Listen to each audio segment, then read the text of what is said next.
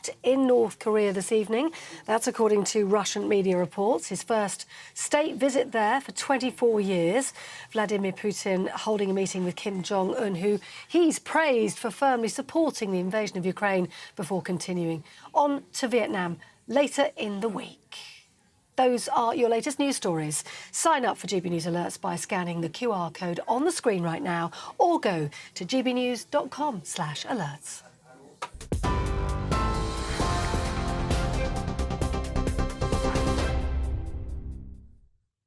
Thanks, Polly. In a moment, I'm going to speak to Chris Hope about these two stories that have been making the headlines this afternoon on the campaign trail. So we've got Nigel Farage hitting out at a vetting company, which he says Reform have paid nearly 150 grand to vet their candidates, and that company hasn't fulfilled its obligations, saying that he's threatening legal action and suggesting that the owner of the company, Colin Bloom, might not have done this job because he's in hock with the Conservatives who he worked for under Boris Johnson. And then speaking of the former blonde political bombshell, should he return to the fray? This is now being suggested by Tories MP, clearly in desperation because of the latest polling, once again putting a huge amount of distance between Labour and the Conservatives.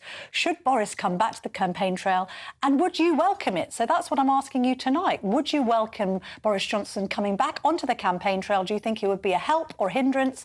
Maybe you think it would be a good thing because the Tories are in a desperate state. However, I know a lot of you will be blaming Boris for squandering his 80-seat majority and putting the Tories in this situation in the first place. Do get in touch. Leave a comment for me at gbnews.com/your say with your views on that question this afternoon, and then I will come back to that a little later in the show. So be as robust as you like in your responses. But let's have a chat about these two stories and anything else that's happened on the campaign trail today with GB News' political editor, Christopher Hope. Chris, back on the bus. Goodness me, are you all right? Let's talk about Boris first of all. Sunak has actually admitted to you that he wouldn't mind Boris Johnson coming back and helping out. Is that right? That's right. Good evening, Camilla. Great to be with you. Yeah, on the motorway, more miles being eaten up by the Conservative Party battle bus. Yeah, earlier we were with the Prime Minister, Rishi Sunak.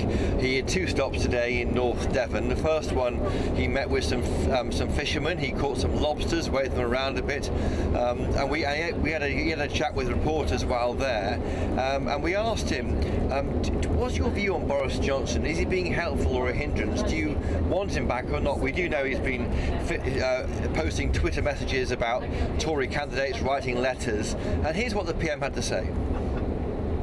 Well, it's great that Boris is supporting the Conservative Party. I very much welcome that. He's endorsing many candidates in videos and letters which have been coordinated by the campaign. I know that will make a difference. And of course, every week he's making the case in his column and making sure that everyone understands that what a Labour government would do to this country and why it's important that everyone votes Conservative. And I'm glad he's doing that.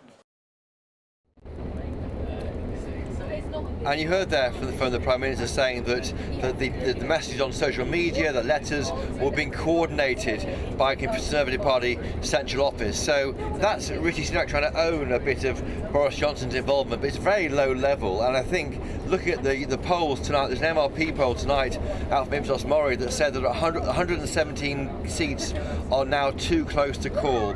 56 marginally held by the Tories, 48 marginally held by Labour. So there's as many as more than 1 in 6 seats in the election are too close to call. Those could be seats which Boris Johnson could win. Many people, as we know, voted Tory often for the first time back in 2019 because they were excited by Boris Johnson's manner, the way he spoke. They cheered him up, frankly, and that kind of energy could make the difference for 20 or 30 seats, maybe, for the Tory party if the former Prime Minister Boris Johnson chooses to get back involved, to be involved again. So far, we're not getting any indication he is, but clearly Rishi Sunak is keen to own some of that messaging coming out from Boris Johnson. Yeah, it's interesting. I mean, Boris Johnson needs to come back from his family holiday in Sardinia first, Chris, before he even thinks about joining the campaign trail. I was intrigued to read today that YouGov still puts him as the most popular Conservative politician in Britain. He leads the way. He's ahead of even Penny Mordaunt, which is interesting if we're thinking at some point down the line he stages that Cincinnatus-style comeback.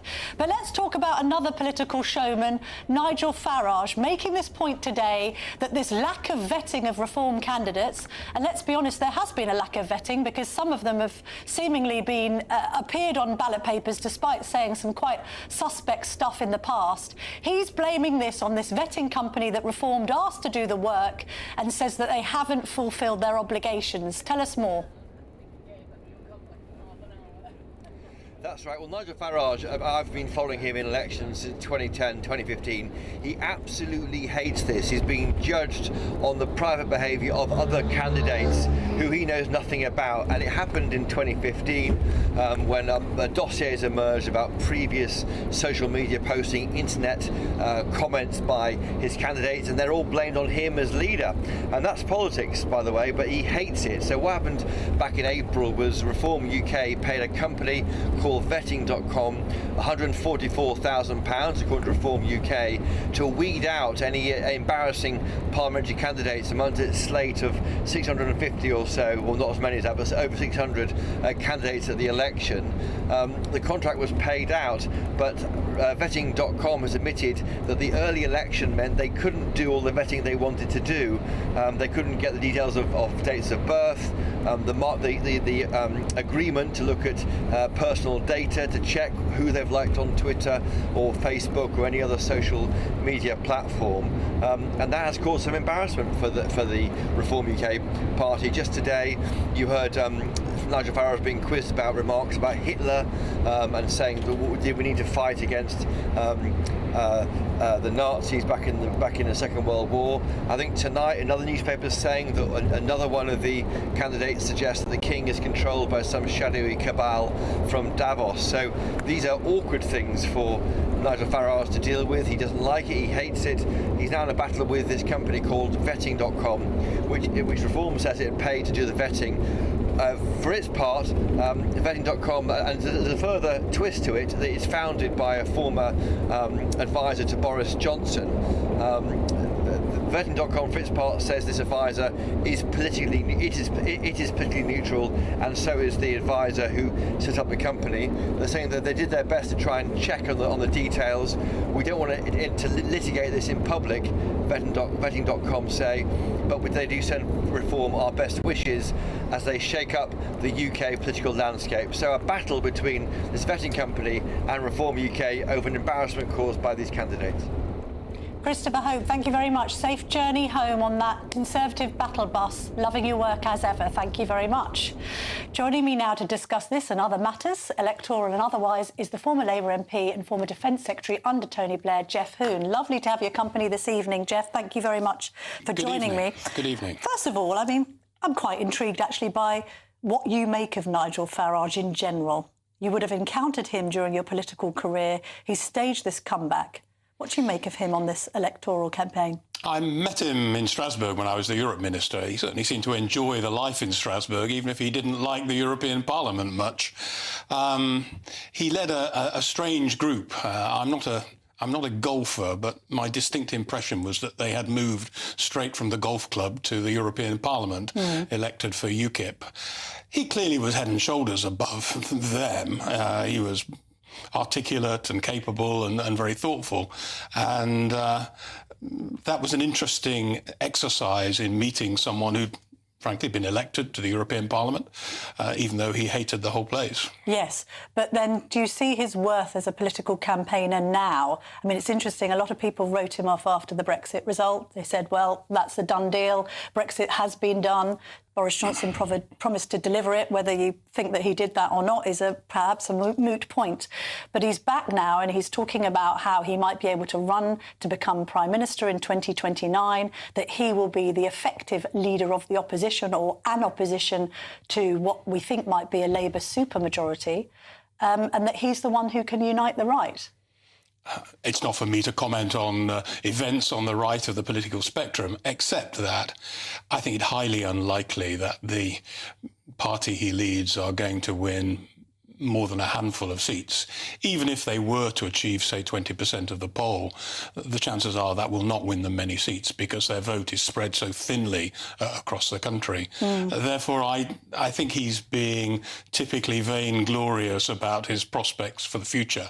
I suspect if they don't win many seats, he will disappear yet again. He's got a habit of popping up and then disappearing when things don't quite go according to his plan. He said he's in it for the duration and for the next 5 years. Do you not see reform as a threat to Labour, particularly in the Red Wall, as much as the Tories? It certainly was in the past. I think that has changed. I've been doing a lot of canvassing, door knocking in the Midlands and indeed down here today. I'm pretty confident that those people who supported him in the past have returned to Labour because I've seen the effect that the Conservatives had in those constituencies.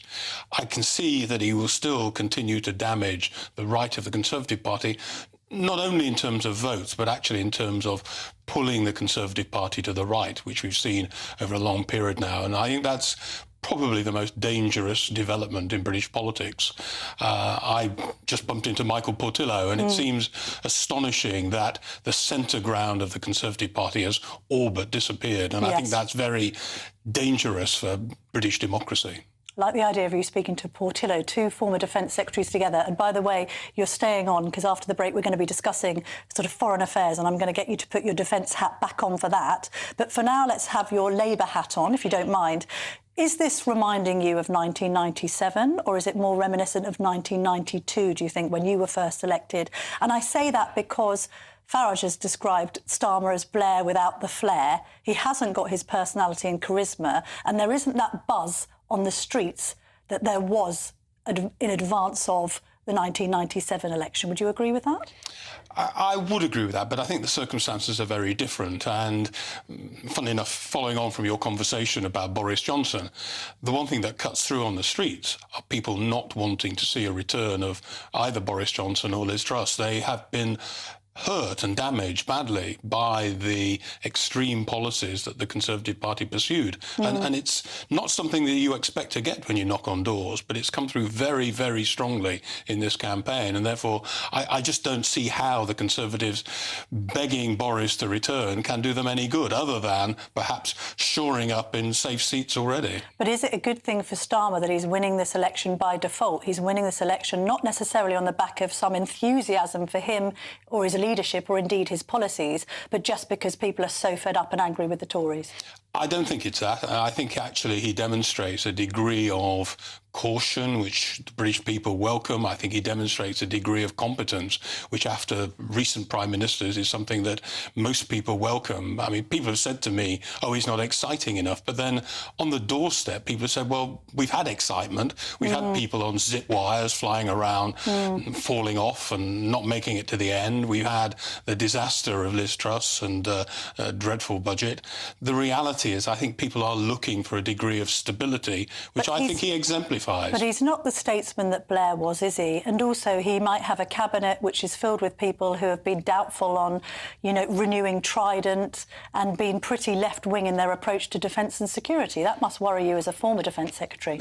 My recollection, actually, is all these things were said about Tony Blair prior to the 1997 election. Was he serious? Was he a heavyweight politician? Could he deal with all of the crises in government? And he demonstrated overwhelmingly that he could. And, of course, one of the advantages that Keir Starmer has is he run, in effect, a government department. He's taken some really difficult decisions as DPP. So I don't think he'll be fazed by government. And again, I strongly supported Tony Blair. I was privileged to be part of his government. Starmer did prop up Corbyn as a former co-chair of the Stop the War coalition. Well, I think he's given some explanations for that already, and I'm not going to try and do better than he's done. But the reality is all of these things were said about Tony Blair before 1997, and the reality is he demonstrated what a great Prime Minister he was. But it took him time. He also has written that the first 12 months or so were very difficult. I actually think Keir Starmer is better prepared than we were in 1997. OK. Hold that thought, because we're going to be speaking a bit later in the show about Putin and what on earth he's doing in North Korea. So stay where you are, Jeff. Just to say, because we've mentioned Jeff Hoon, former Defence Secretary, another former Defence Secretary will be presenting State of the Nation, Michael Portillo. So do stay tuned for that tonight. He's also here tomorrow night at 8 p.m, right here on GB News, and I'll be talking to him towards the end of the show about what he's got coming up. But as I say, next we're going to be discussing what on earth Vladimir Putin is doing, trying to engage in a bromance with North Korean dictator Kim Jong-un. Don't go anywhere.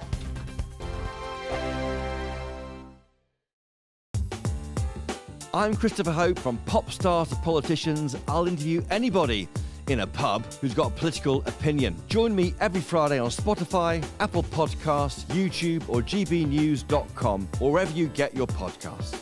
GB News, Britain's election channel. GB News Breakfast, every day from 6 a.m. So, question is, what can we do to get young people to eat healthy food? Here's dietitian and nutrition consultant Helen Bond. Helen, what do you think? Eating habits formed at this age tend to persist into later life. We know we're eating too much fat, sugar, salt, and not enough of the good things like fibre, fruits and vegetables, all of those things. So yes, we need to help this age group so they have the skill set and they have the nutrition knowledge to take that forward. Do you agree that it is impossible to eat healthily on a budget and quickly as well, or do you have any sort of fail-safe, affordable and very quick to prep meals that you'd recommend youngsters try? It doesn't have to be expensive either, but you have to have those kind of cost-cutting hacks and those time-saving things in the kitchen. Make use, I always say, of things like peas, beans and lentils, which are a type of pulse, very inexpensive compared to meat, and yet they double up as one of your 5 a day, and also a great source of plant-based protein. If you overget a milk as something, you have too much milk, maybe make some lattes. I just wanted to throw a shoe at the TV, really, because was there nothing else on or nothing else available? The point being, there is an audience, there's obviously an appeal, there's obviously people are watching this stuff. So what are they doing? Are they watching and not cooking? I think that's it. They're watching and maybe enjoying all the cookery programs like I do. And I'm a typical person in the kitchen. I must have about 100 cookbooks. But sometimes when you are time poor, you've got to feed a family or you've got to feed yourself and everything, you don't really know where to start. And I think that's why apps and having things online for this younger audience makes it much more accessible. Start with one recipe and build it up from there. Like I said, The People's Channel. Weekdays on GB News. Wake up to breakfast every day from 6 a.m. Followed by Britain's newsroom at 9:30. At noon, it's Good Afternoon Britain. Followed by Martin Daubney from 3 p.m. Only on GB News. The People's Channel. Britain's news channel. Join me, Neil Oliver, every Sunday night at 6 p.m. on GB News. And if an hour is not nearly enough for you, go to gbnews.com for special extended episodes online every Friday at 9 p.m, where we can truly get into the nitty-gritty of what's going on. GB News, Britain's news channel.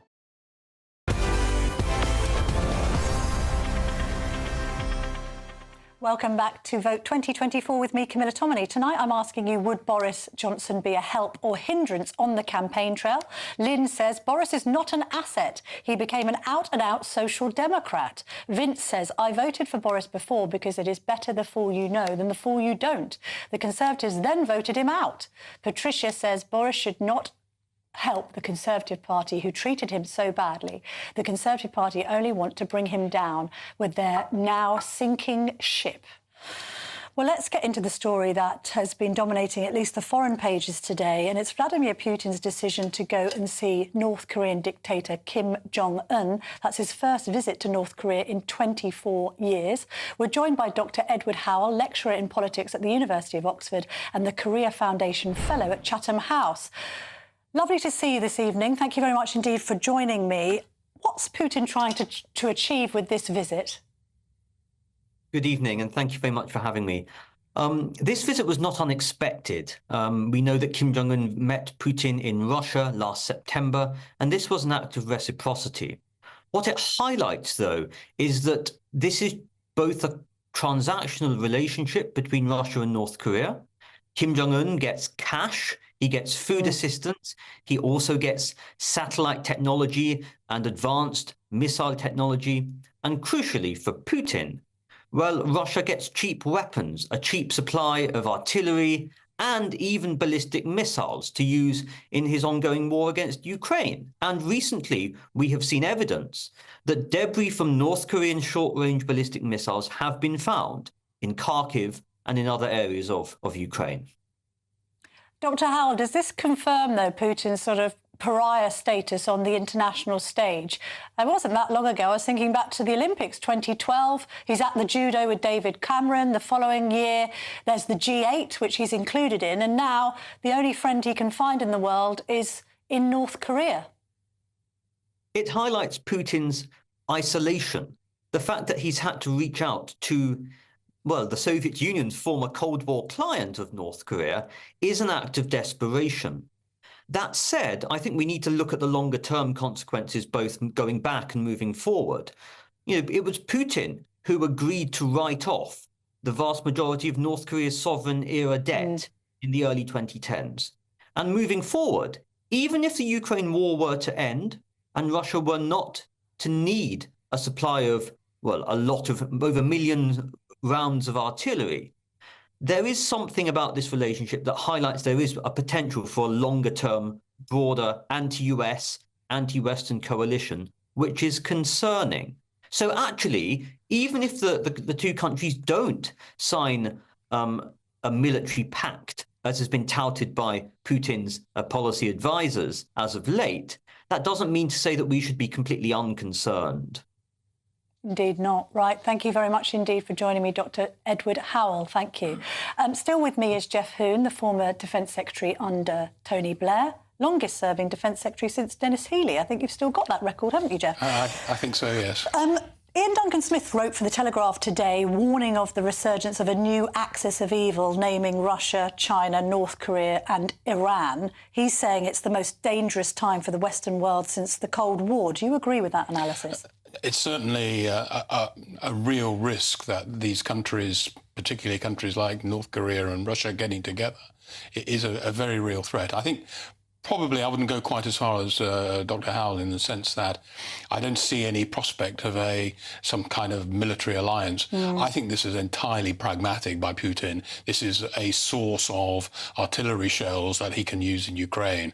And one of the problems for Ukrainian defenders in recent times has been they've simply been outgunned by huge amounts of artillery fire coming in from the Russian side. What's your assessment of Ukraine? I'd be intrigued to know how you think, for instance, Tony Blair might have reacted to the invasion and whether you support the government's action in support with aid and weaponry and Rishi Sunak's entire approach. When I was Europe Minister in 2006, I actually visited the next wave of countries who were thinking about joining the European Union, places like Ukraine, Georgia, Moldova, Armenia. And what I discovered in 2006 was that those countries either towed the line in Moscow or they were destabilised by Moscow, eventually culminating in the invasion of Georgia, which really should have been a sign to the West that we had a problem. And countries like Moldova were constantly disrupted by agents of Moscow, by people who were taking their instructions from the Kremlin. And in a sense, Ukraine is a logical development from the Kremlin's perspective of that policy. They thought that the West, and indeed Ukraine, would simply roll over and allow him to do what he did in Georgia, which was to take control of sovereign territory internationally recognised, which again, of course, he's done in Ukraine. So it's vitally important that we support Ukraine. It's vitally important that we back them militarily in the way that the government have done. Do you think Blair would have taken that Boris Johnson robust approach, supporting Zelensky, not entertaining really, as actually Nigel Farage has done in the last 24 to 48 hours, an idea of sort of carving up land and a settlement? I'm absolutely sure from watching Tony Blair in action in a whole range of international situations that he would have stood by Ukraine absolutely day in, day out, because he would recognise that we cannot allow, in effect, a dictator like President Putin to take territory, to subjugate people and to destroy an emerging democracy. You appear to have sort of suggested that the West might have been asleep at the wheel when it came to Russia and sensing what was happening in Georgia and indeed Crimea in 2014. While I've got the benefit of you in the studio, I wanted to just ask you about the withdrawal from Afghanistan in 2021. Do you think that was a source of Western shame, or was it just the acceptance that actually, you know, an admission of failure in that region post-Iraq? We worked really hard from the first time the British troops were deployed. I spent Christmas 2001 ensuring that there was a large peacekeeping force in and around Kabul. We then sought to extend that by supporting the democratically elected government in different parts of Afghanistan. The real problem, though, was that we never had the support and consent of all of the people. And too often, Afghans themselves were not prepared to stand up to the Taliban, not prepared to support women, to support education for girls. And sadly, whilst it was a failure of the West, I can't avoid that, it was also a failure for the Afghan people themselves. Jeff Hoon, thank you very much indeed for joining me this evening. Great to speak to you.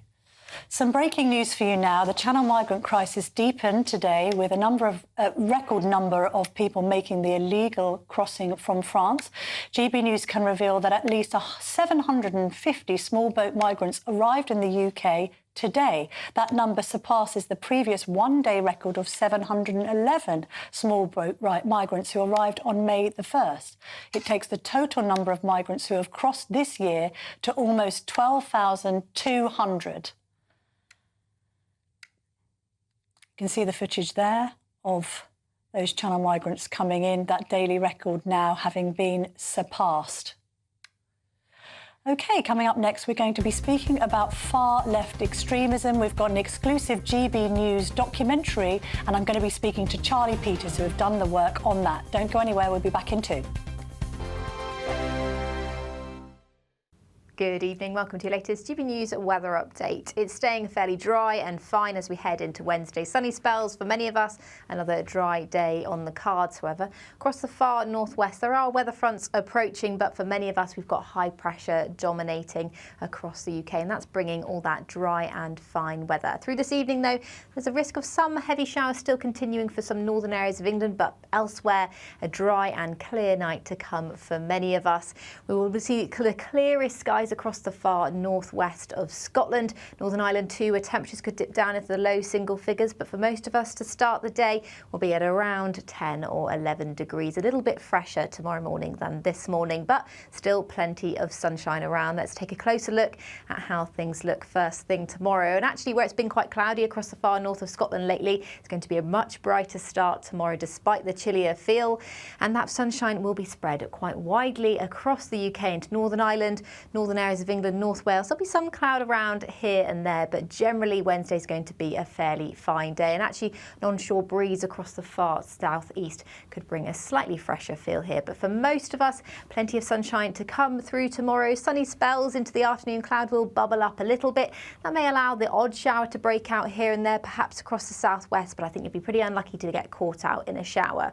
However, a different story for the far northwest of Scotland, into the Western Isles and the Highlands, where a weather front is approaching. Now in the sunshine, highs of around 23 degrees to come in the southeast, but widely into the high teens for many of us. Thursday's looking like another dry and bright day for the bulk of the UK. Temperatures climbing towards 24, possibly 25 degrees on Thursday, but weather fronts never too far away from the far northwest, which means it will be a little bit cloudier with a risk of rain here. But actually, the further south and east you are, the more likely you are to see more in the way of sunshine and temperatures climbing. Bye-bye. Good afternoon, Britain. Your lunchtime update on the stories that matter across the UK. From breaking news and insightful analysis, inspiring stories and lively debates. You're comparing yourself to a former Prime Minister. Which is it? Stay informed, stay updated, stay entertained. I just don't know how anyone would not want to be there. Every weekday from midday. We are Good Afternoon Britain, only on GB News. Britain's news channel. This is GB News, and we are Britain's election channel. This vote may seem to be about the politicians and the media, but it's actually about you. We won't forget that. Join us up and down the country as we follow every moment together. More than ever, it's important to hear all sides as you make your decision in the run-up to polling day. This is GB News, the People's Channel. Britain's election channel.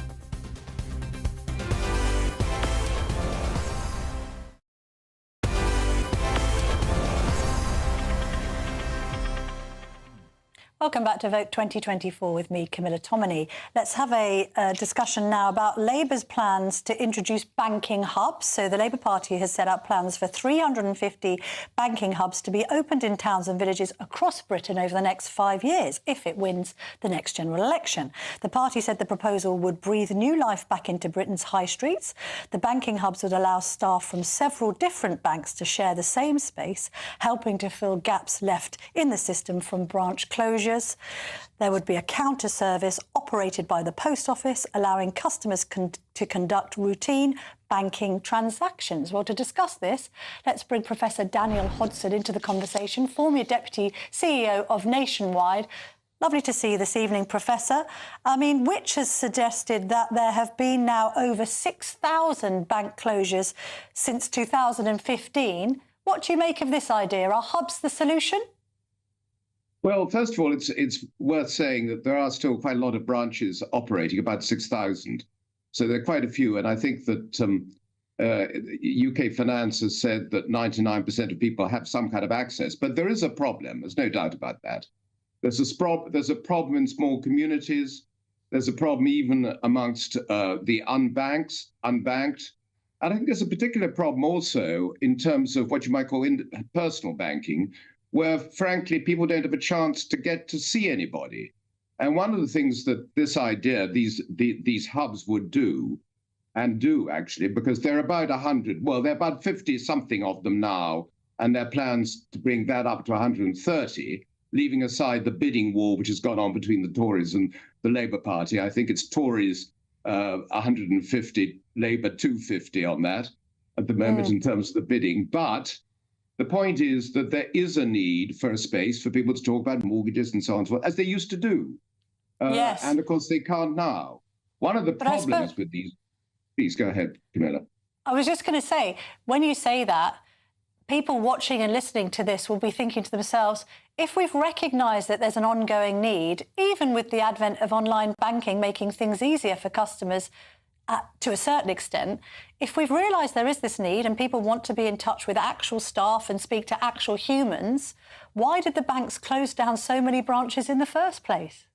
I think that's a very good question. And certainly it's to do with costs and all those sort of things and the digital change. And of course, we don't know how the digital world is actually going to change our lives in the future. It's happening so fast. There is talk, and the Labour proposition talks about changing the qualifying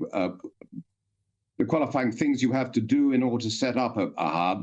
And I think that's a good idea. I think that if you could make it attractive to some of the banks to reopen branches, or alternatively, to come into these hubs on a much bigger scale. And by the way, we're talking about a very, very small number at the moment compared with the numbers they've lost.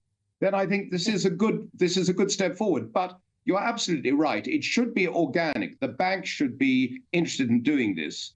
And all I can say is, when I was involved with Nationwide, we used to go out around the branches twice, two or 3 days a week. All the directors did, and we found out what was going on. I think the bank should be doing that a lot more, because they'd find out things about their customers, which they certainly do in their offices and their areas in the City of London. I mean, to be fair to Nationwide, they've now got the most bank branches in England, I believe. I mean, closely followed by Lloyds. And that's no bad thing. In fact, they've been campaigning. They've been trying to win over new customers by saying we're going to close down fewer branches. But I think from the customer's perspective and from the public's perspective, it's too little too late, because they're blaming banks and bank closures for decimating the high street. I mean, if a high street loses a bank, it's a bit like it losing a major department store or a major supermarket. The whole high street falls. And it's quite difficult now to repair that damage. Well, it certainly is. And, you know, I look around here, I live quite close to the sea in Sussex, and you can see high streets which are damaged by this, looking very wary. And it's very, very sad. I'm not convinced that bank hubs are going to necessarily prove a solution, but they will at least prove a partial solution if they can be done on a scale which attracts, as you rightly say, Camilla, a much larger number of banks to participate. And also, in my view, it's important that it provides opportunities for people to meet, as it were, their local bankers, and not just do business, as it were, with a machine or just to make a cash transaction. Because things like mortgages and the sort of rather more sophisticated financial transactions, which most people have to do these days at some time in their lives, need the sort of personal service which you could have if this kind of thing works properly. But it's got to be done organically within the right regulatory environment. And that's another issue in terms of setting the regulation in a way which isn't over-prescriptive, which makes sure that it recognizes what the market need is, and it actually ensures that a lot of further banking interest is created in this very important issue, actually. Professor Hodson, thank you very much indeed for joining us this evening. My pleasure.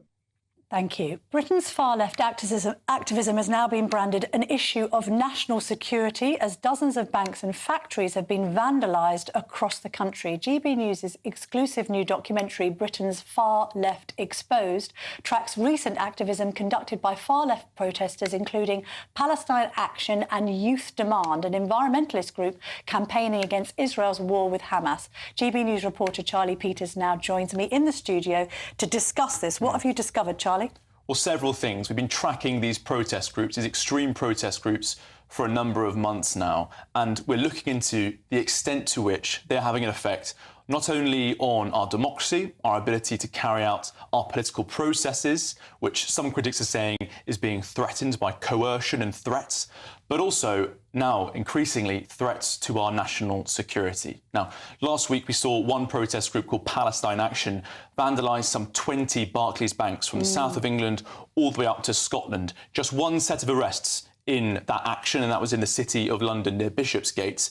And yesterday we saw another set of Barclays banks being vandalised in London, but also we saw in Kent an arms factory linked to a company called Instro Precision that was sufficiently vandalised by a group of Palestine Action protesters who said they were targeting it because of its link to Elbit Systems. Now, Elbit Systems is a big Israeli security technology company. It's an arms maker. It deals with drones and all the rest of it.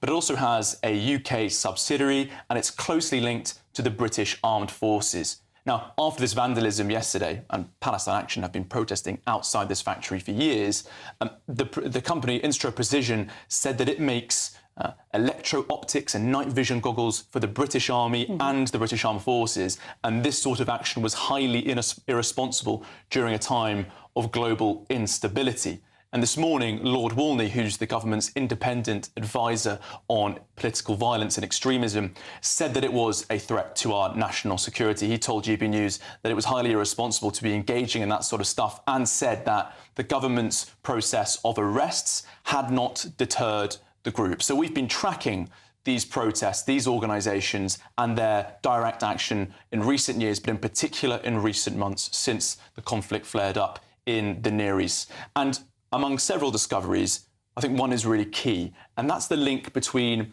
environmentalist groups and now pro-Palestinian groups. So in the action we saw last week where those 20 banks were vandalised, it was run alongside by Palestine Action, but also another group called Shut the System, which describes itself as an underground environmentalist cell. In April, we revealed this new group called Youth Demand, which is a youth Just Stop Oil movement being built up in alignment with Palestine Action, they threw paint on the MOD main building in April. And as you can imagine, with all of that sort of action taking place, we've heard quite some strong criticism in the documentary, which you can play for you now. I think more generally there is a nervousness and a hesitation within the institutions to take on forms of extremism that don't fit the prevailing narrative. I mean, the thing that I worry about is the possibility of them escalating. We have been willing to tolerate extremism from some of these groups far too much, and the authorities have taken completely the wrong approach, unfortunately, up until now. And as a part of that process, people are asking, why do they do this? Why do Palestine Action keep getting away with this sort of protest and other groups?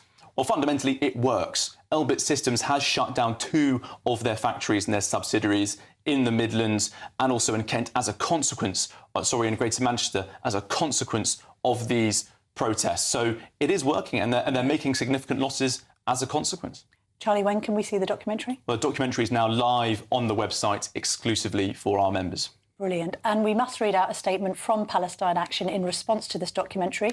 Instro Precision is wholly owned by Israel's largest weapons firm, Elbit Systems. The factory frequently exports weaponry to Israel, who are committing genocide in Gaza. As a party to the Genocide Convention, Britain has a responsibility to prevent the occurrence of genocide. When our government fails to abide by their legal and moral obligations, it's the responsibility of ordinary people to take direct action. There you have it, Charlie. Thank you very much indeed. Coming up next, we're going to be speaking about drink driving and the limit. Should it be reduced? Perhaps we shouldn't drink anything if we're going to take to the wheel. Stay tuned for that.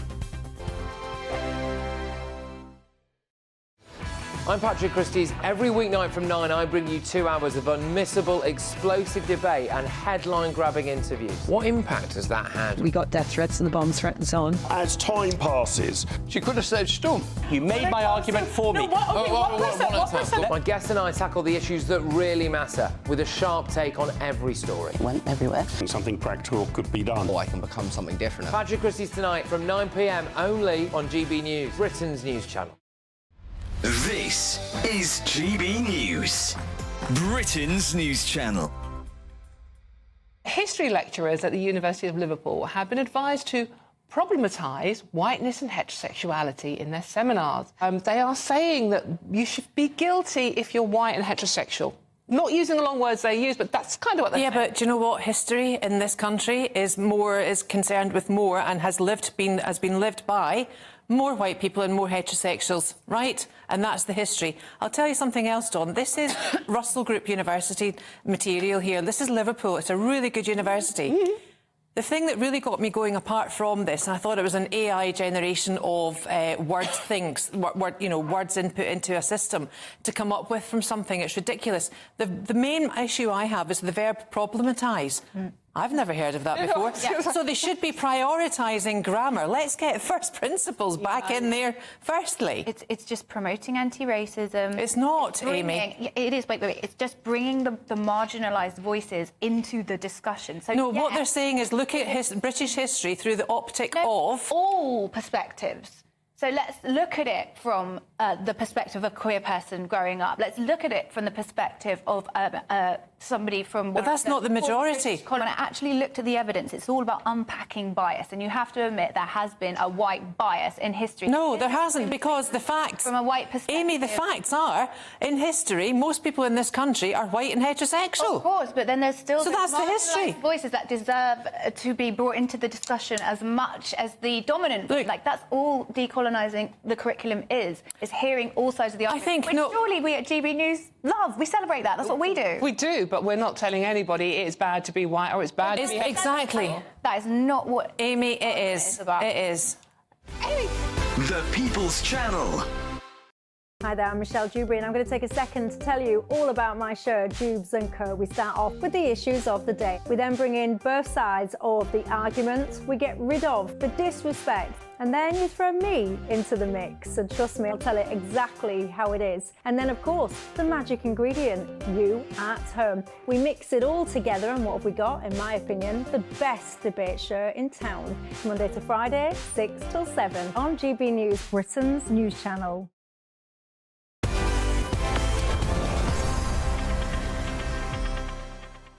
Welcome back to Vote 2024. Doctors have suggested that the drink-drive limit should be cut to a small glass of wine or beer. The limit in England, Wales and Northern Ireland is currently the highest in Europe at 80 milligrams of alcohol per 100 millilitres of blood.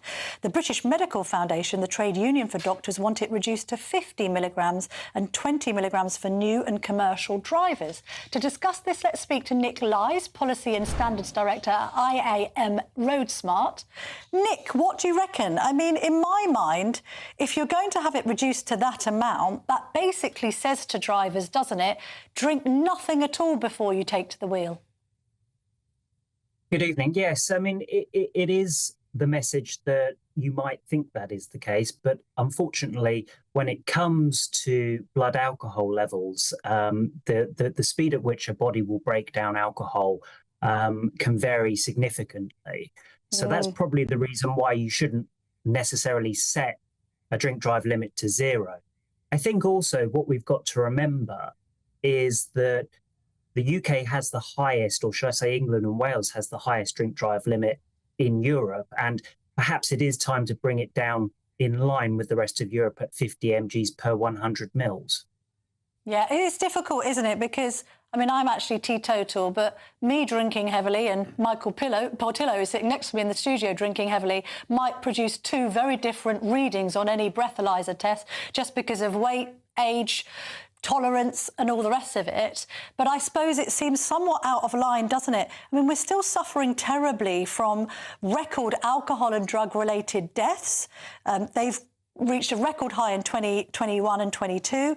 Also, I'm reading here, every year we still have 200 people dying of drink-driving related incidents on the roads and a further 1,600 seriously injured, even though, Nick, we've come a long way in recent decades, haven't we? I mean, if you're drinking under the influence, driving under the influence these days, you know, you're treated like a pariah. There's been great messaging on it, but it clearly hasn't got through to all drivers.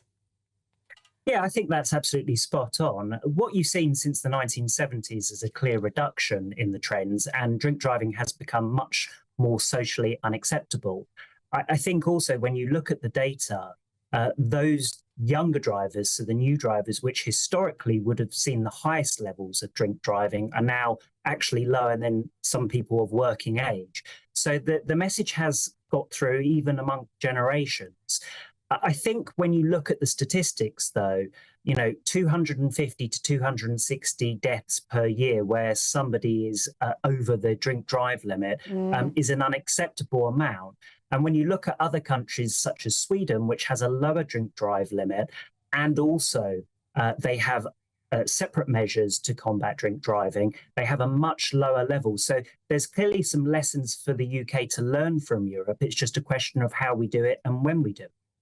So, Nick, there is a correlation there between a lower level and a lower number of fatalities, which is interesting.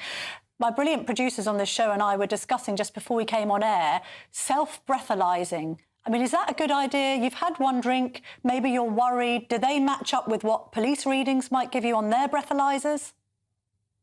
I think there's something to be said about this. It's something that we at IAM RoadSmart have actually called for the government to look into as an option alongside further drink drive rehabilitation courses.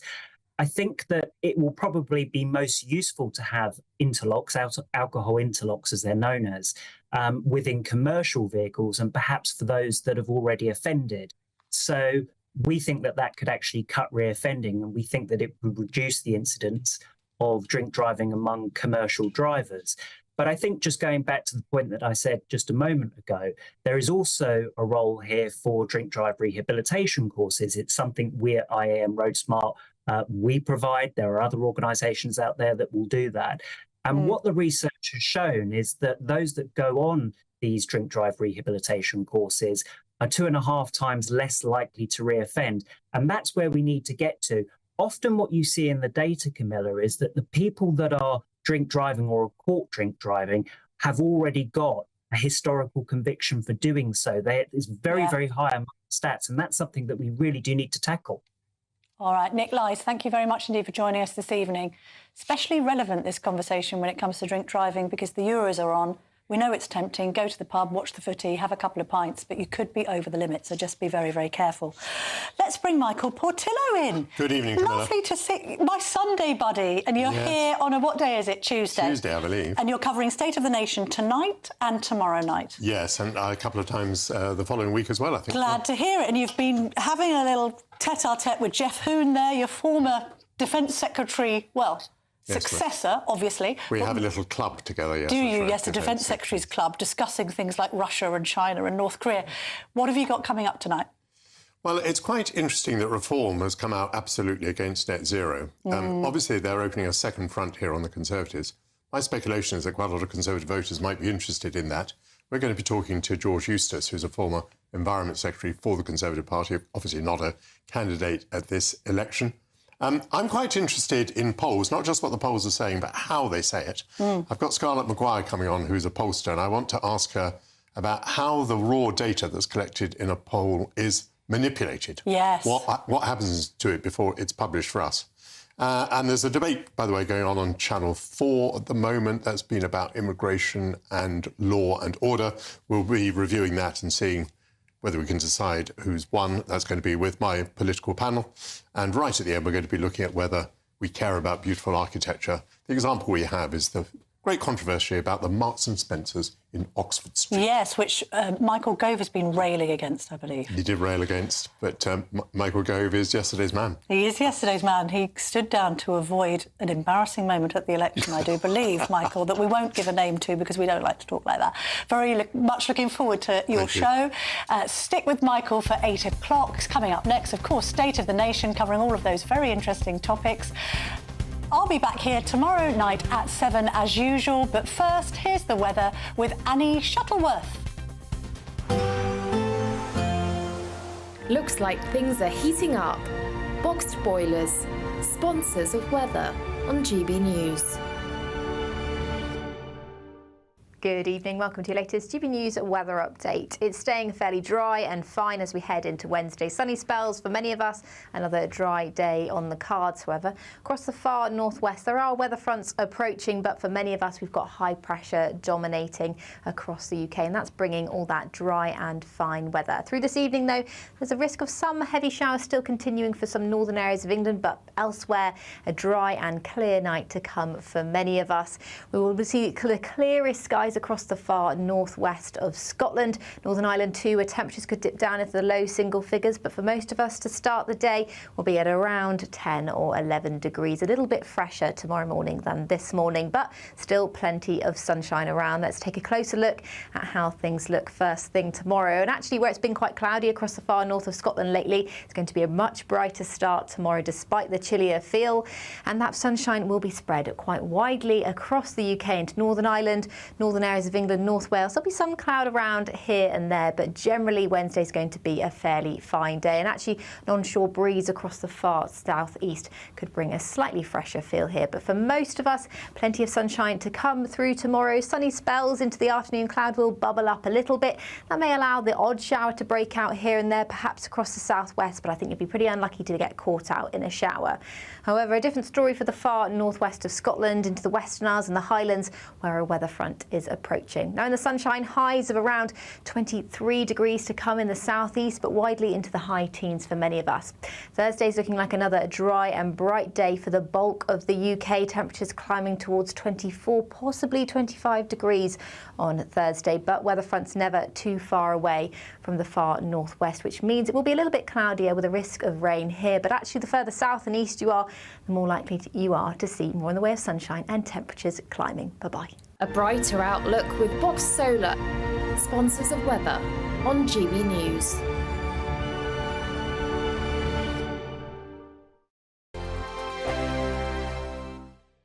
Don't miss out on your chance to win our Summer Spectacular. And have we got a prize for you? First, there's a totally tax-free £15,000 in cash to make your summer spectacular. Spend that extra cash however you like.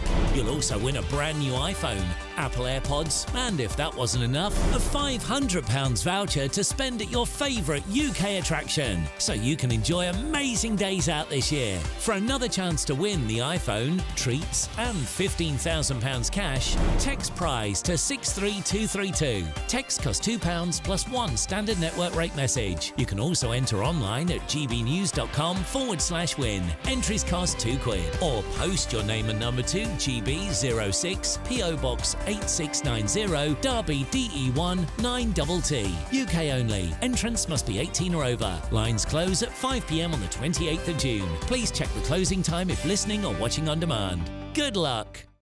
In the GB Newsroom, we bring you the news as it happens. With our team of dedicated journalists across the UK, GB News brings you accurate reporting of the day's topical agenda. When the news breaks, wherever and whenever it's happening, we'll be there. This is GB News, the People's Channel, Britain's news channel. I'm Christopher Hope. From pop stars to politicians, I'll interview anybody in a pub who's got a political opinion. Join me every Friday on Spotify, Apple Podcasts, YouTube or gbnews.com, or wherever you get your podcasts. GB News, Britain's election channel.